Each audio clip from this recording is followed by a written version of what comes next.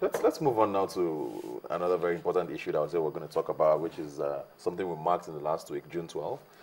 It's been 22 years since 1993. A lot of people who are watching that probably weren't born at the time.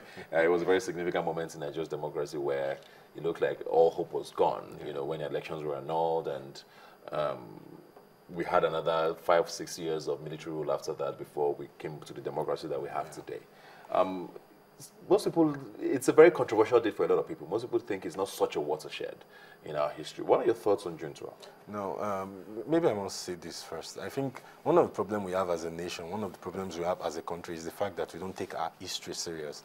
In fact, a whole lot of people doesn't know about June 12th. I mean, they just hear the story, they don't know the details. No, never. If you look at the Nigerian Civil War, a whole lot of us as youth, as young persons, don't know anything about the Civil War. We've buried the Nigerian history so much. And the truth is, you can't really understand what you're going to, except you understand our past. Yeah. And so a whole lot of things have been buried. I'm sure some of those who played critical roles on that particular day, in June 26th, when General Babangida annulled the election, a lot of people played some very difficult role during that period. Wouldn't want their names mentioned. And I think that's why they are burying the history. But I think that Nigerians, most especially Southerners and of course Northerners, I think that Nigerians in the whole should all celebrate that day. It should be declared a national day of celebrating our democracy. Why? Not May 29. May 29 is the day the military decided of its own accord, you know, to hand over power to. So why is June 12? June 12 was going to be a military too. A whole lot of people lost their lives in that struggle. You know, I mean, you had civil servants, you have several people coming out to the street, you know, to fight for what is theirs. And, you know, don't forget, that has been adjudged the freest and the most the fairest elections this country have ever heard. A whole lot of people, Christians, Muslims, and, you know, talk about whatever religion the Nigerians practice, they all queue behind Chief Kikiowo Ileowo, you know, to vote him as president. Even Northerners, Southerners, and those from the Eastern extraction, you know, they all voted for Kikiowo Ileowo, you know, to be made president. And just like that, the military junta, you know, annulled the election. It's something that is so painful. You know, if the election had not been annulled, we won't be talking about 16 years of democracy today, or what's this new republic that we're in?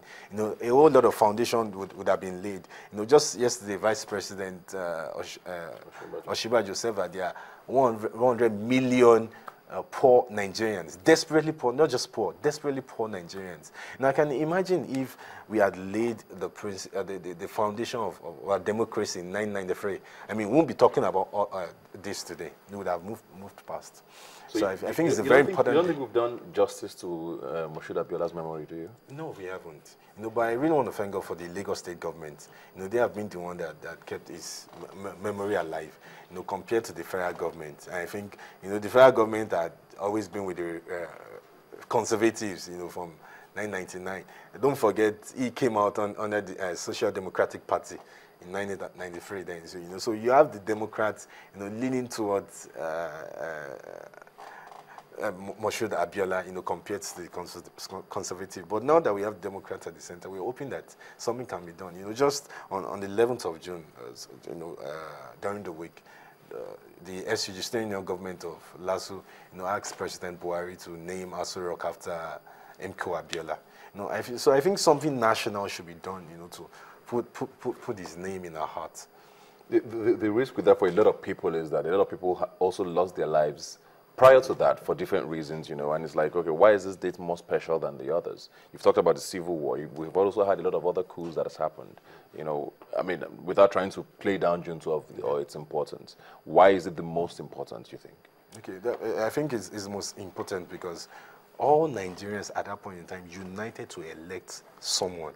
And the military, with its power, decided to take that hope away from Nigerians. You can imagine if the election of President Muhammadu Buhari was annulled on March, April. You imagine if it was annulled. You can see the way people were yearning for change, the way people were yearning for things to be done different in our country. Now imagine you just snatch that away from the people. That was the same thing that happened, you know, on June 12th, but in a more wider scale, because you have people from all over the country voting overwhelmingly for someone. And of course, that was taken away from Nigerians. So it was like the military government of Babangida, you know, killed the old Nigerians had then. You get. So I think it's very important, and owing to the fact that we've not talked so much about it in our schools, yeah. And of course there are no much books written about it. A whole lot of us don't seem to get the import of what happened. But don't forget, the man laid down his life. I mean, all that happened then was a foundation of what we are not saying today. The democracy you and I are enjoying, we go on Twitter, we go on Facebook to talk about politics, to talk about several issues. I mean, those days, you can't do that. Remember the number of journalists that died, you know, in the struggle. So, I mean, they laid the foundation for what we are not enjoying today. And so we mustn't forget that. You know, there's this thing that Yoruba people will say that, oh, Dr. Bagberoso. You know, in other words, a river that forgets its source is apparently going to dry up. You know, so we don't dry up as a nation. We need to remember that and uphold it. A few states actually do celebrate June 12 as a public holiday for state workers and all of that. And you're mostly states with the former ACN, which is the Action Congress, which now became a part of the APC. And now the APC is in the center. People thought, oh, why wasn't June 12 a national holiday as well? You think it's something that's going to happen eventually? Yeah, by the special grace of God, I'm hoping that President Buhari would deem it fit, you know, to recognize the contributions of Chief M.K. Abiola to democracy we are presently enjoying. Don't forget, he has an history too. You know, he was a former military he was a former military head of state in this country. And so for him to really entrench himself back into democracy we now enjoy, I think it's one of those things he should consider doing. Okay, just before we go now, let's talk more about President Buhari and talking about what he's going to do. What do you expect from him now? I mean, 3 weeks have gone. Nothing besides security has happened seriously, especially with what Nigerians are expecting. Okay. What do you want to see from him going forward? A couple of weeks coming. Okay, there's something that affects me personally as a person, as a business person. You know, it's the issue of power.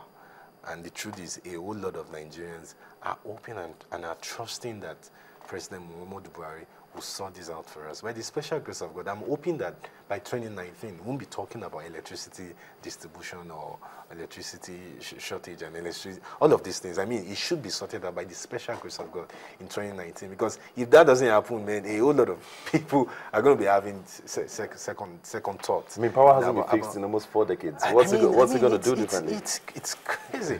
Why do you have faith that he will do it differently? You know, no, don't forget, he has a vice president who has been developing policy, especially for Lagos State.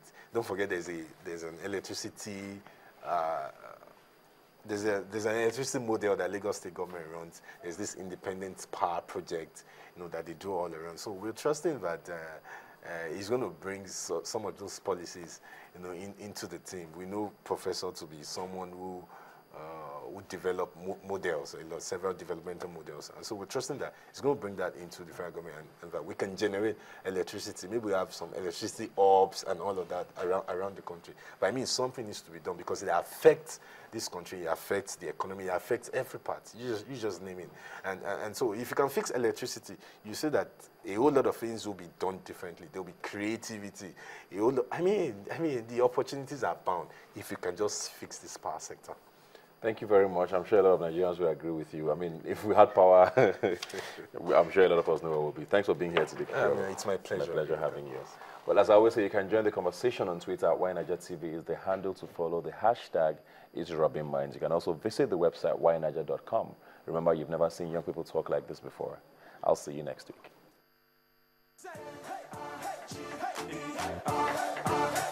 We represent.